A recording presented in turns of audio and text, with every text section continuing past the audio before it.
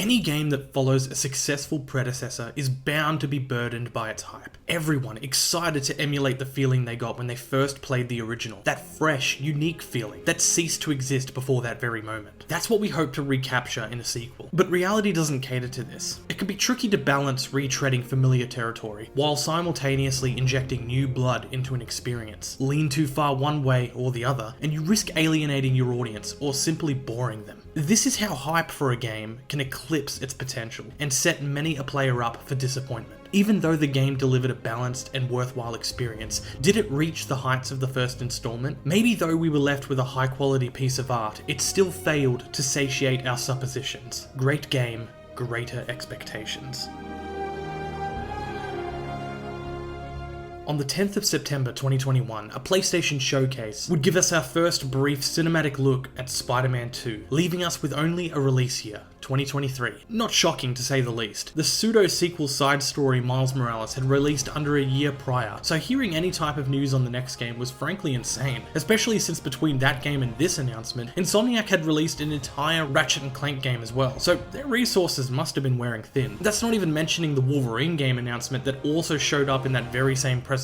In the trailer, we learnt about the villains that we'd be up against in the game, Kraven and Venom, two very interesting picks. Kraven had yet to have a strong mainstream appearance amongst Spider-Man villains, and Venom was, well, the exact opposite. This was already a stark contrast to how the first game approached its villains. It heavily marketed one particular villain, while keeping its main villain a secret, all the way up until launch. It was clear since they deemed too eager to show off Venom, that wasn't going to be the case this time. And I mean, we did know Venom was coming from the first game, so I don't know how else they could have approached it. But as I talk more and more about the game, we will see that as much as it gets right, having genuine surprises was not really on the list. Coming into 2023, without really much of anything to confirm the game was still set to release this year, people were beginning to wonder whether it was about to suffer a massive delay. It's not uncommon these days, especially after so long of pure radio silence on the project. As we reached May, however, a gameplay trailer dropped that officially put those worries to rest, and with an October 20th release date, the wait ensued. At least this time, with some form of closure ahead. I had the entire weekend free and ready to sink deep into this game. But before we start actually talking about it, I have a bit of a gripe with the specific edition that I got of the game. You see, I got the deluxe statue edition of the game. It's the first and probably only time I'll ever get one of these. I really don't have the space for these statues, but that's besides the point. This edition came with a steelbook, but no disc. My guess is that was the case to accommodate the owners of the digital-only PS5. The issue with this though is that I don't quite get the convenience of pre-downloading the digital game. I still have to physically pick the game up from my local store. It's not the biggest deal, sure, but on the Friday when the game released, after picking up the game at 9 AM, I didn't get to start playing until 1 PM. I know that also has to do with Australia's horrendously bad internet, but if I could have preloaded the game days earlier, I could have been playing as soon as it hit midnight. Anyway, that's just a lesson for future me. We start the game by witnessing the moment Harry Osborn was locked away in that vat of green liquid covered in an alien symbiote.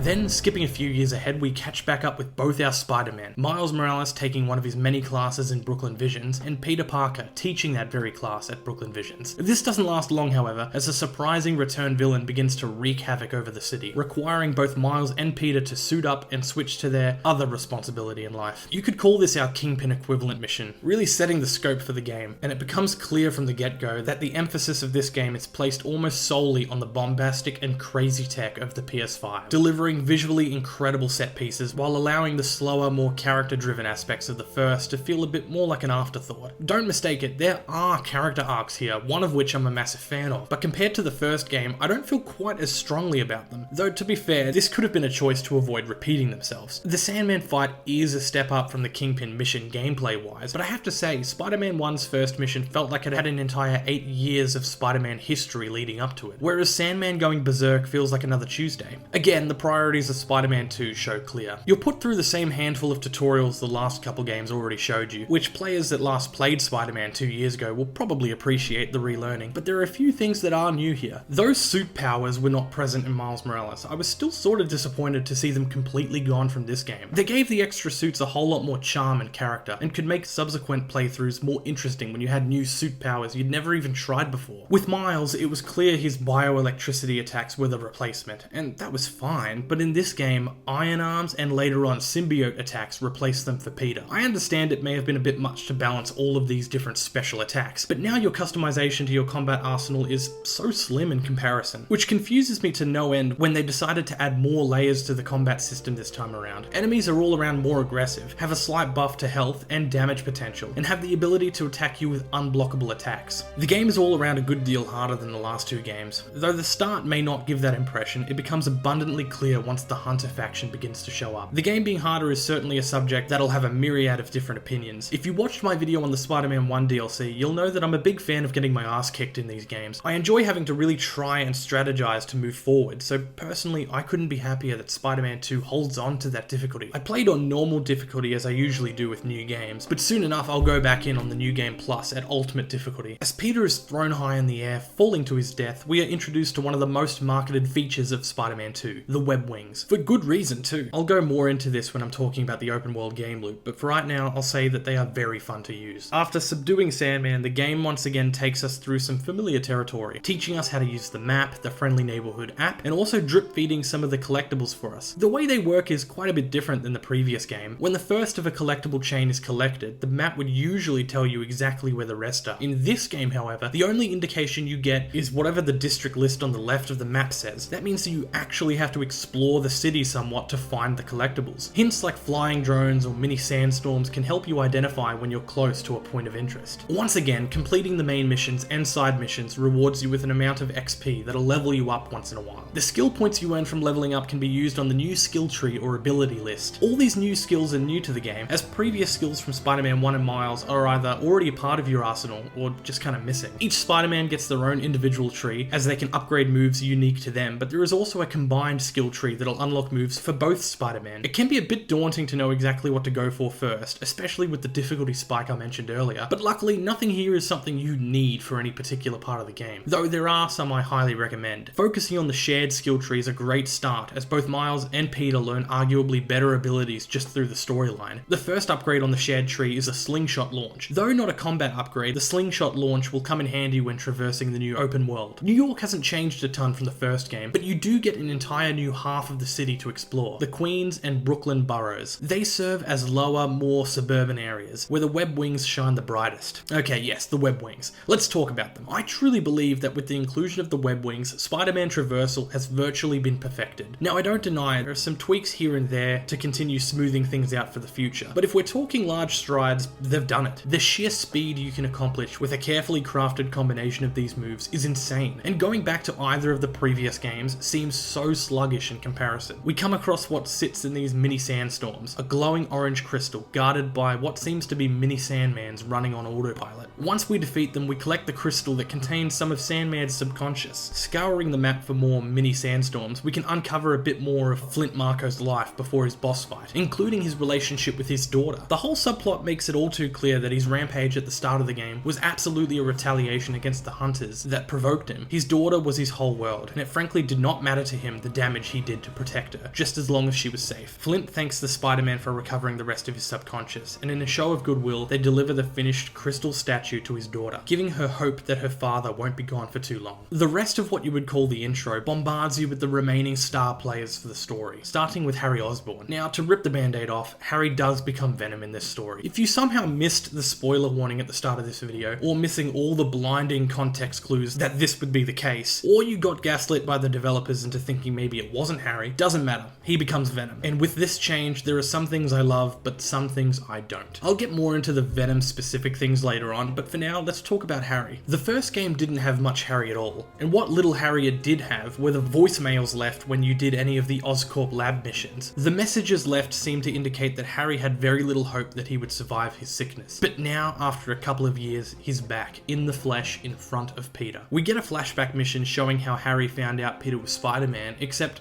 hang on, he doesn't know? I mean, the whole Spider-Man thing would have been new at this point, so I guess it's not crazy to assume it would take some time to... 10 years? 10 years and Harry only finds out within this game that Peter is Spider-Man. I know a lot of you could probably conjure up some major plot gymnastics to explain how MJ was either told or found out Peter was Spider-Man, but Harry wasn't. But for me, this just makes it abundantly apparent that we know very little about how the early days of Spider-Man went for this Peter in regards to Harry and MJ. And having Harry remain in the dark about it all seems like a very weird choice made in service of saving the reveal for this game. But the reveal doesn't even end up being all that crazy. They could have played coy with it, had it revealed that Harry has known for a while, and surprised the audience with this information. But they kinda just decided that Peter using his powers in the flashback scene in secret was enough communication for the audience to be like, I guess Harry doesn't know. So it's not satisfying in any sort of way, and honestly doesn't allow us, the viewers, to believe that Harry is Peter's best friend. It's a pretty common thematic trait in superhero stories that people that know and help the hero are usually the closest relationships the hero has. That's why it feels so weird that his friend of 10 years, Harry Osborn, hasn't been told. Not once did Peter think, damn, maybe my best friend should probably be told. I think it would have been better for this school flashback actually led up to Harry finding out. As past and present intertwine, Harry asks something like, so, how's your other job going? Leading to the next scene showing how he found out. It would have been good and much clearer where their relationship stands. As portrayals go, Graham Phillips does a pretty good job as Harry, taking over from Scott Porter. Fun fact, Graham Phillips played Ben Tennyson in the live-action film Ben 10 Race Against Time, which, if you're familiar with Yuri Lowenthal's history with the character, makes this kind of a cool crossover. Later on, Miles and Peter are watching a prison transfer happen over at the raft, when they're suddenly attacked by Kraven's Hunter clan. These enemies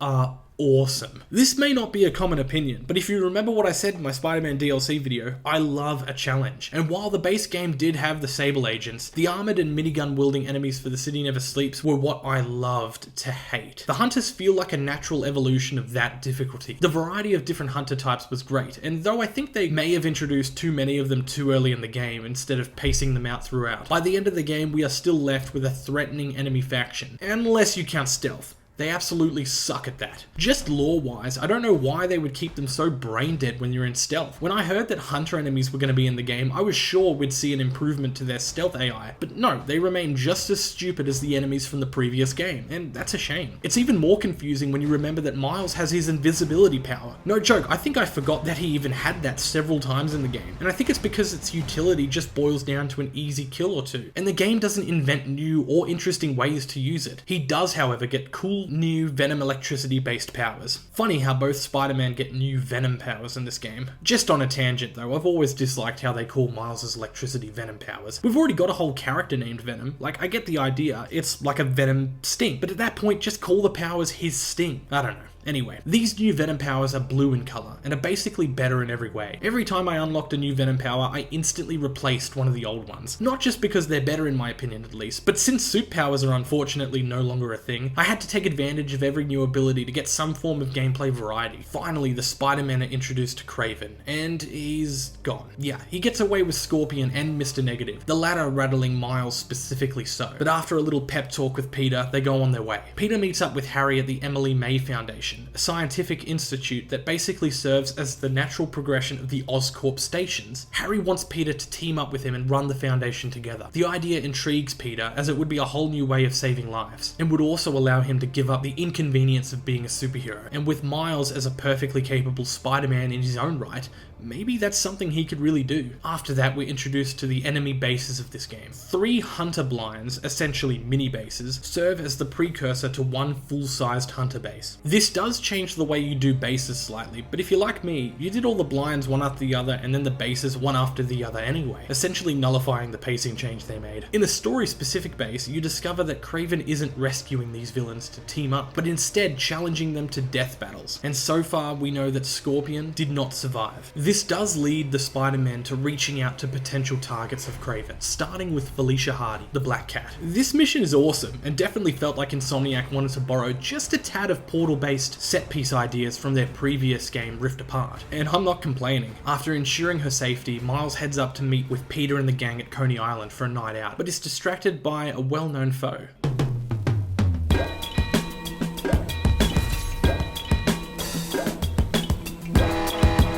This rhythm minigame came out of absolutely nowhere and never comes up again. I'd say I found it funny, and while I did, this is one of the other problems this game has. And look, I know I'll keep getting on this game's ass about seemingly small issues, but the game is simply in that caliber where these type of issues are the ones that stand out. There's a lot of random minigames and control schemes that show up once and never again. It's novel, sure, but it muddles the control identity of the game. When I started balling with Harry, I thought I was going to unlock basketball minigames to play with random New Yorkers around the map. I thought, oh wow, that'll do wonders for making New Yorkers feel more lively. But no, the only other time you have to use these basketball controls is here at Coney Island, which is just full of mindless carnival games with control schemes that don't quite invoke fun. The first time I got on the roller coaster and got to swing my controller up to have Peter do the same, I was like, oh wow, that's cute. But upon replay, I literally just put my controller down and asked myself, why the hell am I doing this? I don't like it when games try to tune things to seem better on first playthrough, because stuff like this sticks right out when you suddenly have to sit through it all again. Story-based games are interesting in this way, since there's no way I'd ever skip scenes upon rewatching a movie. But if I'm not having fun in the game, I will more than happily skip it. Luckily, the hunters decide to attack to make the game fun again, and we get a cool sequence where Peter is almost forced to drop someone to their death. Harry comes by at the last second to help out, and the big reveal of Peter's identity follows.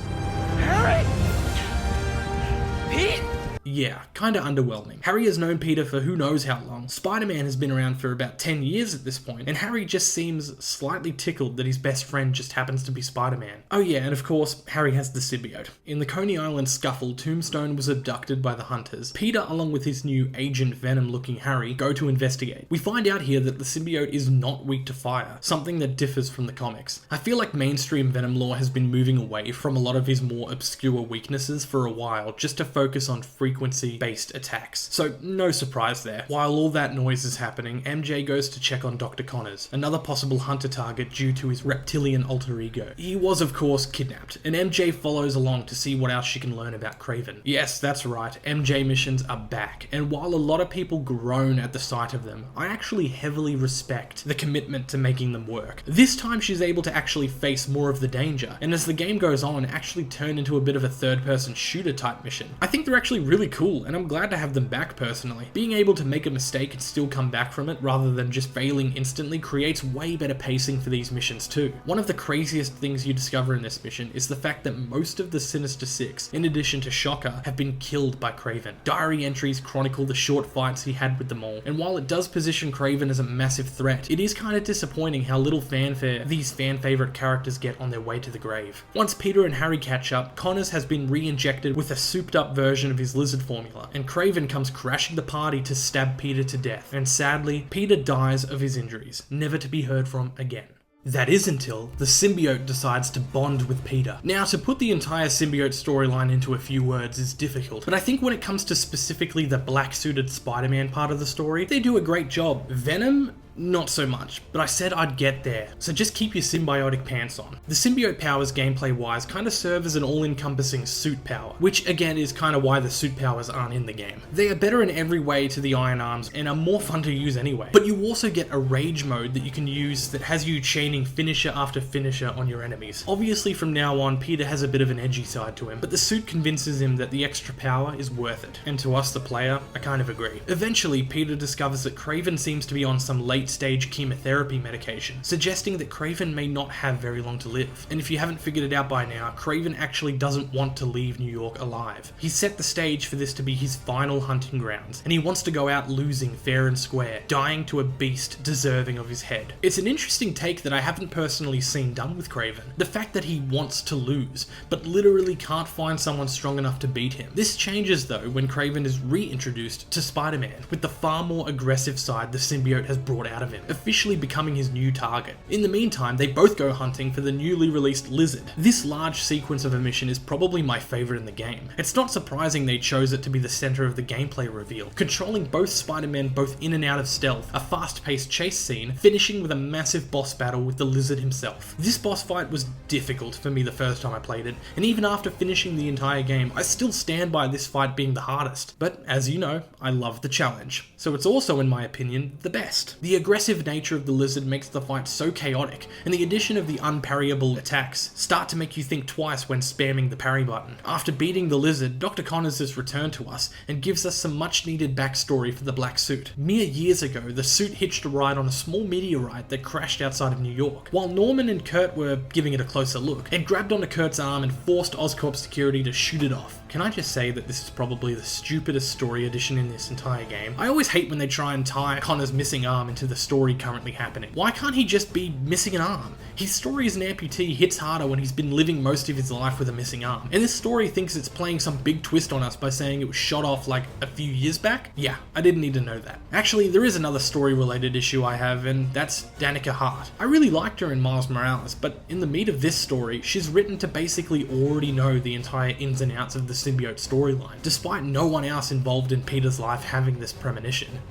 Come at me in the comments if you want, but I am putting it out there. This new black suit thing, whatever it really is, ain't no good. End quote. Alright kids, Danica out.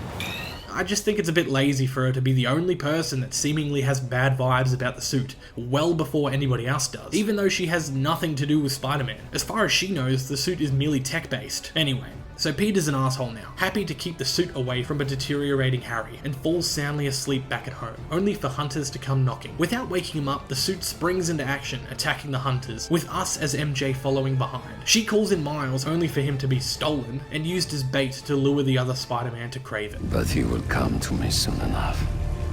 Before that can happen, however, Miles is pitted against the man who murdered his father, Martin Lee. Miles beats him, but not without being able to vent his anger towards him, letting him know what he took from him. But before they get to resolve it in any sort of permanent fashion, Miles looks at the bigger picture and helps him escape, asking him to get Peter. He of course heads straight to Miles, expecting a direct assault from Kraven, which he gets. Kill Kraven. The fight with Kraven is actually really cool. He triggers a bell that can badly affect the symbiote, and you have to web it up to keep it from ringing. And if you don't keep Kraven on his toes, he'll destroy the webbing and ring the bell again. I think most of the boss fights so far have had a good amount of challenge, but I still stand by the lizard being the best. Kraven tries and tries to have Peter go all out, enough to kill him, but Miles interrupts at the last second, beginning a boss fight I think a lot of us were expecting to see in the game even before we saw any trailers. Miles versus Peter. This time it's you who needs to ring the bell, and destroy the webbing that Peter uses to stop it. This boss absolutely kicked my ass when I first played it, but still, yeah, still not as hard as that. With Peter's will re-injected into him by his mentee, he gains the power to rip the soul-poisoning suit from his body. With the suit removed, Peter wastes no time taking it to Dr. Connors at Oscorp to have it disposed of. But instead of Kurt, he finds a wilted Harry on his last leg, begging for the suit back. For obvious reasons, Peter can't do this, but by force, Harry gets to it regardless, giving birth to one of the most famous Spider-Man villains of recent memory. Now that we're finally here, I can be incredibly nitpicky about this interpretation of Venom. Right off the bat, I have to admit that visually and audibly, you couldn't be more perfect. The jagged spider symbol, as well as Tony Todd's booming voice, really give Venom an imposing presence. And I cannot lie, they did win some points with me by having one of the first things you do when Venom is introduced, be playing as him. My smile was immeasurable during this sequence, and brought me back to the days of playing Ultimate Spider-Man on the PS2. But once again, I had reservations about this version of Venom story-wise. Firstly, I actually don't have a problem with Venom being Harry in a literal sense. Whoever is Venom should at least have some history with Peter or Spider-Man, preferably both. But I also think Venom works best when the host pre-symbiote believes Peter and Spider-Man are two different people. The increase of stakes when the symbiote imbues the host with previously unknown knowledge was always one of my favourite parts of the storyline. Sure, he gets a whole lot more powerful with the suit on, but this game's version of Venom just ends up being another "I know you're still in there" type story, and I just think it's tired. Sure, the symbiote plays a part in causing Venom to do these horrific things, but it never felt like characters like Eddie Brock were that far off doing these things himself. He just lacked the power, and Venom doesn't even really want to kill Spider-Man in this version. He just wants to keep him around like a pet or like a prince for the new world, but he'll still beat him close to death. Venom being playable does kind of exacerbate the problem of a million one-of-a-kind control schemes in this game, but this level is so cool I'll give it a pass. The mission very quickly teaches you the powers of Venom, which are just essentially brute form versions of Spider-Man's, but then when you think it's all over, Kraven makes a reappearance to take you on. This boss fight is admittedly pretty stupid easy, but I think that's the point, to make Venom feel like this unstoppable force, so when you're no longer playing as him, he still feels threatening. And yes, it works for him physically, but again, I always liked the extra layer of psychological torture Venom would subject Peter to. There's no reason in this game for Harry to want to do that, sure, but that just proves the point that they were never really planning on having that side of Venom shown. When you finally beat Kraven, I'm reminded of why the symbiote was created, at least in the Ultimate Universe. A cure for cancer. And just like that, Craven achieves victory. He gets what he wants, going out in his final hunt, his final glory. For whatever reason beyond this point, his horde of hunters remain in the city, despite there being nothing to hunt. You're not...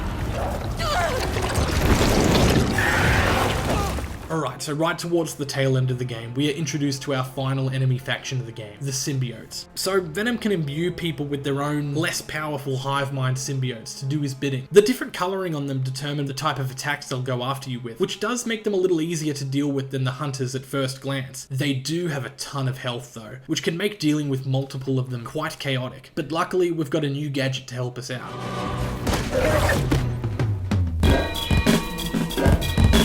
When you finally catch up to Harry, he offers you to join him. When Peter refuses, he forcefully changes MJ into a famous symbiote from the comics, Scream. Don't ask me how Venom is able to produce full power symbiotes as well as henchman types. I don't quite understand the logic, but here we are. A really fun fight between you and MJ ensues, where the pair get to hash out a lot of their relationship issues. It really just ends up being a case of both of them trying to make the other one proud, with both of them sacrificing their ethics to reach it. But they come to an understanding and MJ is freed from her symbiote. While trying to rid the streets of some symbiotes, Peter is overrun and at risk of becoming a symbiote slave. To save him, Mr. Negative and Miles team up despite their history and enter Peter's mind. It's here we get the culmination of Miles' arc regarding revenge against Martin Lee. The whole game, people are checking in on Miles, trying to dissuade him from searching for Martin Lee to avenge his father. But the whole time, despite being rightfully emotional about the whole ordeal, he puts it aside for the sake of the city. This arc was probably my favourite in the game. Miles' journey was pretty consistently good throughout the game, and this ending makes it even better. Using his powers, Martin imbues the dormant symbiote powers within Peter with his negative energy,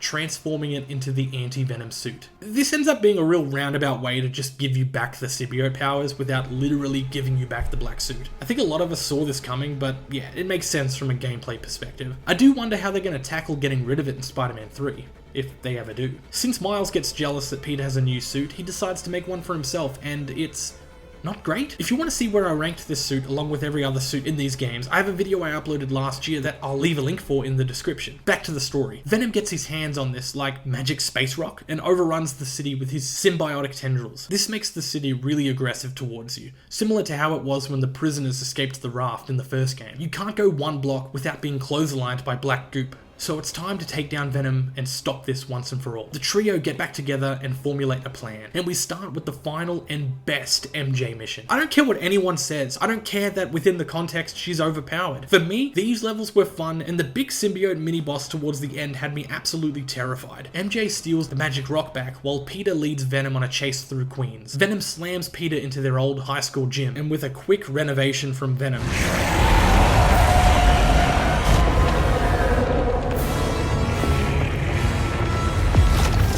the final boss begins. This boss is also quite difficult, but still, I hate to repeat myself, but the lizard was still harder. But honestly, I'm just loving having a little bit of difficulty in my Spider-Man game. I know some of you more experienced gamers would love to claim that you had an incredibly easy time, and while that may be so, this is my experience with the game, and I loved almost everything to do with the difficulty curve of the game. When you finally beat this boss, Venom only then decides to grow wings and travel to the old stomping grounds of Emily May Foundation, where you play the second phase as Miles. This part is actually quite a bit easier, especially if you just have an inch of patience to wait for his grabbable projectiles to throw back at him. Getting through that, Peter and Miles team up one final time to beat Venom, while the magic rock is destroyed by the particle accelerator, ending his reign over the city. Finally, without all the symbiotes hanging around, we can blast through some of the side content. I played through a lot of this stuff parallel to playing the story, but of course, in script form, it feels a lot cleaner to just talk about it all at once. After Miles does that weird rhythm minigame in Mysterio's Mysterium, you unlock a bunch of other Mysteriums around the city. They're basically combat challenges with their own enemy faction. This eventually leads to a boss fight with Mysterio in a snow globe, which is really cool. I can tell they definitely accounted for players doing this boss fight far earlier in the game, because while it is a cool concept boss fight and really fun, it was pretty laughably easy. These challenges can only be played as Miles, and it kind of becomes blindingly obvious that there isn't as much replayable challenges for Peter. Actually, before you could replay missions and bases, there was none. I was doubly surprised to see there wasn't any traversal challenges considering the work the developers put into the revolutionary web wings. The closest we get are these drone tailing missions, but even that's a stretch. Some of the other side stories actually lock their seceding parts behind story progression, like the Flame storyline. Peter teams up up with returning character Yuri, donning the suit of her vigilante alter ego Wraith. You both take on a cult of criminals known as the Flame, led by a red-headed lunatic, who eventually gets away scot-free with a red symbiote?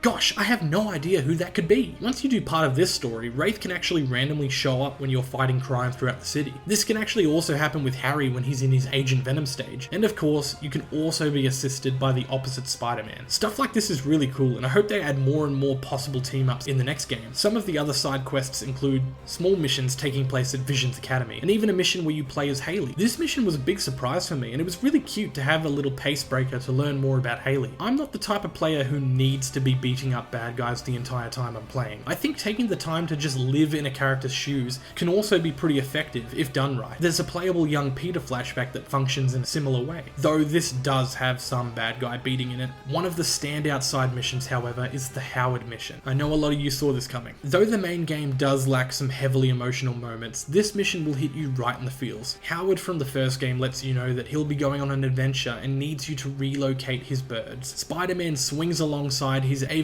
allies all the way to Queens and returns to a lifeless Howard being taken away by an ambulance. The whole mission is as sad as it is beautiful, and for a lot of people, myself included, was by far the biggest emotional reaction this game got out of me. That does kind of serve as a dig at the main story as well as a compliment to this side quest. I hope in the third game the writers try to go for our heart and make us feel similar to how we did when Aunt May passed in the first game. I know they don't want to just emulate what they did there again and again. That's probably one of the main reasons this main story doesn't try and get overly emotional with you. But for the third and possibly final installment, I think they should give it their all. In essence, Spider-Man 2 is a game that refines a lot of what the first game fell short on, but arguably even more of the nuance and impactful parts are either recycled or ditched altogether for what feels like a more bombastic comic book plot versus the more character-driven first game. A lot of these issues are squarely centered around the two villains, Kraven and Venom. For both of these villains, they have no personal vendetta against Peter, and while Kraven does kind of get away with it, Venom's beef with Spider-Man is nothing more than a parasitic alien merely tricking Harry into thinking he has it. I wanted to feel that Harry was betrayed in some way, to feel that while his actions as Venom are obviously wrong and far too brutal, are understandable considering what Peter had done to him. But Peter did nothing to him, even when he was being a bit of an asshole while wearing the symbiote. Harry didn't seem personally attacked, more just pissed that he didn't have his life-saving suit back. While he doesn't die at the end of the game, the final battle does put him in a coma, and Norman Osborn develops a very irrational and illogical hate for Spider-Man in the process. We get a tease for the Goblin Serum, as well as a possible return for Doc Ock.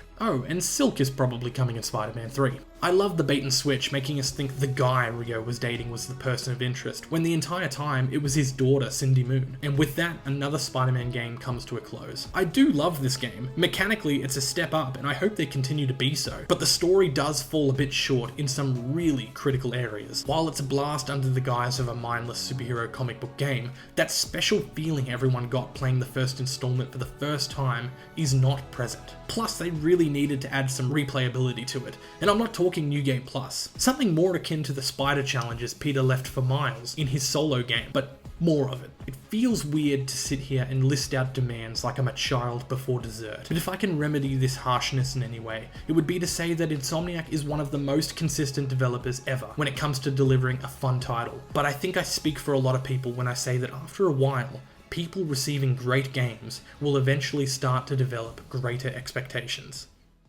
Thank you everyone for watching my Spider-Man 2 review. This one took an inexplicably long time. I was on and off this script since I'd finished the game back in October, and finally after months I was able to sit down and spit the words out. I actually have more to say about this game in a different type of way, ideas that I had while talking to friends that in my opinion could have helped the game a whole lot. Its scope kinda demands its own video though, so we'll see when I'm able to spit the words out for that. Anyway guys, I hope you have a great day, and I'd like to thank you for watching DaAcorn.